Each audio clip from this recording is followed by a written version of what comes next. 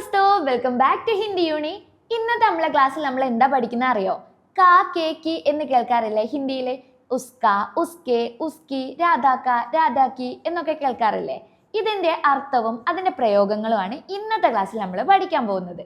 ഇതിന്റെ അർത്ഥം വരുന്നത് മൂന്നിനും, അതായത് കാ കേ കി എന്നിവ മൂന്നിനും സെയിം അർത്ഥമാണ് വരുന്നത്. ഇന്റെ, ഉടെ, ഉള്ള, ലേ എന്നിവയാണ് അർത്ഥങ്ങൾ. ഇതിന് നമുക്ക് ഉദാഹരണങ്ങൾ നോക്കാം. അവളുടെ, അവന്റെ, പാത്രത്തിലുള്ള, വീട്ടിലെ എന്നിവയാണ് അതിന്റെ അർത്ഥങ്ങൾ. അപ്പൊ നമുക്കിതിൽ ഈ കാര്യങ്ങൾ ശ്രദ്ധിക്കുമ്പോൾ മെയിൻ ആയിട്ട് ശ്രദ്ധിക്കേണ്ട ഒരു കാര്യമുണ്ട്. എന്താണെന്ന് വെച്ചാൽ ഇവിടെ കാ കേ കി എന്നിവയിൽ ഏതാണ് ഒരു സെന്റൻസിൽ വരേണ്ടതെന്ന് തീരുമാനിക്കുന്നത് അതിനുശേഷം വരുന്ന ഒരു വാക്കിന്റെ ജെൻഡറിനനുസരിച്ചായിരിക്കും. ഇതിപ്പോ പറയുമ്പോൾ നിങ്ങൾക്ക് കൺഫ്യൂഷൻ ആയിരിക്കും. ഒരു ഉദാഹരണം പറഞ്ഞുതരാം. ഉദാഹരണത്തിന് രാധയുടെ സഹോദരൻ, ഇതെങ്ങനെ ഹിന്ദിയിൽ പറയാം? രാധയുടെ, അതിന് നമുക്ക് ആദ്യം രാധ എന്ന് ചേർക്കാം. യുടെ എന്നാക്കാൻ വേണ്ടിയിട്ട് അവിടെ കാ കേ കി ഈ മൂന്നെണ്ണവും നമ്മളുടെ കയ്യിലുണ്ട്. ഏതാണ് ചേർക്കേണ്ടതെന്ന് തീരുമാനിക്കുന്നത് അതിന് ശേഷം വരുന്ന ഒരു വാക്ക്. അതായത് രാധയുടെ സഹോദരൻ, സഹോദരന്റെ ഹിന്ദി വാക്ക് എന്താണ്? ഭായ്. അപ്പൊ ഭായ് എന്നത് പുല്ലിംഗമാണ്, ജെൻഡർ മെയിലാണ് വരുന്നത്. അതുകൊണ്ട് തന്നെ ഇവിടെ രാധ കാ ഭായി എന്നായി മാറുന്നു. സാധാരണഗതിയിലാണ് നമ്മൾ എന്താ ചിന്തിക്കുക? രാധ സ്ത്രീ ആയതുകൊണ്ട് തന്നെ രാധാ കി ബായി എന്ന് പറയണോന്ന് ചിന്തിക്കും.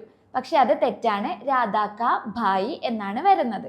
അപ്പൊ നിങ്ങൾക്ക് കാ വരുന്ന സന്ദർഭം മനസ്സിലായില്ലേ? ഇനി നമുക്ക് കെ എന്നത് ഉസ്കെ അല്ലെങ്കിൽ രാധാ കെ എന്നൊക്കെ പറയില്ലേ, ഈ കെ വരുന്ന സന്ദർഭം ഒന്ന് നോക്കാം. കെ എന്നത് പുല്ലിംഗം ബഹുവചനം ആവുമ്പോഴാണ് ഉപയോഗിക്കുന്നത്. അതായത് നമ്മൾ റെസ്പെക്റ്റ് കൊടുക്കുന്ന ഒരാളെ കുറിച്ച് പറയാനോ അല്ലെങ്കിൽ ഒരുപാട് പേരെക്കുറിച്ച്, ഒരുപാട് പുരുഷന്മാരെ കുറിച്ച് പറയാനോ ഒക്കെയാണ് കെ എന്നത് ഉപയോഗിക്കുന്നത്. ഉദാഹരണം നോക്കാം. സീതയുടെ അധ്യാപകൻ. അധ്യാപകൻ എന്ന് പറയുന്നത് ഒരു ബഹുമാന സൂചകമായ വാക്കാണ് അല്ലേ? അപ്പൊ നമുക്ക് അദ്ദേഹത്തെ സീത കെ അധ്യാപക് എന്ന് പറയാം. സീതയുടെ അധ്യാപകൻ, സീത കെ അധ്യാപക് അല്ലെങ്കിൽ സീത കെ ഗുരുജി എന്ന് പറയാം.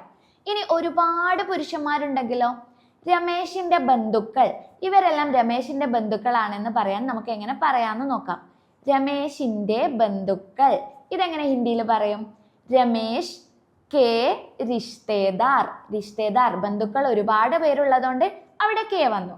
ഇത് മനസ്സിലായെന്ന് വിശ്വസിക്കുന്നു. ഇനിയാണ് ഏറ്റവും കൂടുതൽ ആൾക്കാർക്ക് കൺഫ്യൂഷൻ ഉണ്ടാക്കുന്ന ഒരു കാര്യമാണ് കി എന്നത്. കി എന്നത് സാധാരണഗതിയിൽ വരുന്നത് സ്ത്രീലിംഗം ഏകവചനത്തിലും ബഹുവചനത്തിലും വരുന്നുണ്ട്. എല്ലാവരും ചെയ്യുന്ന ഒരു മിസ്റ്റേക്കാണ്. ഇപ്പൊ നോർത്ത് ഇന്ത്യയിലത്തെ പോലെ തന്നെ നമ്മൾ ഇവിടെ പറയാറുണ്ട് ഫാത്തിമ കി ഷാദി, ശ്രുതി കി ഷാദി, രാധാ കി ഷാദി എന്നൊക്കെ പറയാറില്ലേ? അപ്പോൾ ഇതൊരു പുരുഷന്റെ കല്യാണമാണെങ്കിലോ? ഇത് കല്യാണം വരുമ്പോഴാണ് ഇങ്ങനെ പറയാറുള്ളത്, ഫാത്തിമയുടെ കല്യാണം, ഫാത്തിമ കി ഷാദി. അപ്പൊ നമുക്കൊരു പുരുഷന്റെ ആണെങ്കിലോ? രാഹുലിന്റെ കല്യാണം എന്ന് എങ്ങനെയായിരിക്കും ഹിന്ദിയിൽ പറയാം? സാധാരണഗതിയിലാണ് നിങ്ങൾ ചിന്തിക്കും രാഹുൽ ഒരു പുരുഷനായതുകൊണ്ട് രാഹുൽ കാ ഷാദി എന്ന്.